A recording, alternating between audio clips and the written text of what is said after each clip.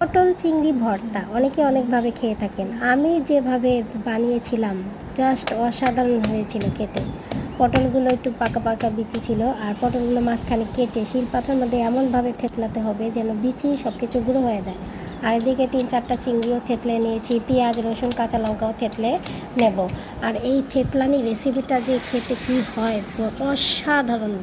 তো সব কিছু থেতলে নেওয়ার পরে এদিকে কিছুখানি সরিষার তেল দিয়ে কালো জিরা ফোড়ন দিয়ে গোটা চিংড়ি থেতলানোটা দিয়ে চিংড়ি মাছটা একটু ভেজে তারপর পেঁয়াজ রসুন কাঁচা লঙ্কা দিয়ে হলুদ লবণ দিয়ে ভালো করে ভেজে থেতলানো পটলগুলো দিয়ে লাল লাল করে ভাজতে হবে। আর এটা যত বেশি ভাজা হবে তত বেশি মজা হবে এটা খেতে। উপরে ধনেপাতা দিয়ে লাল লাল করে ভেজে নামিয়ে খেয়ে দেখুন সেরা স্বাদের পটলের ভর্তার রেসিপি। এই রেসিপিটা আপনারা একবার হলেও বাসায় ট্রাই করে দেখবেন। আর অবশ্যই ভিডিও ভালো লাগলে লাইক শেয়ার কমেন্ট সাবস্ক্রাইব করতে ভুলবেন না।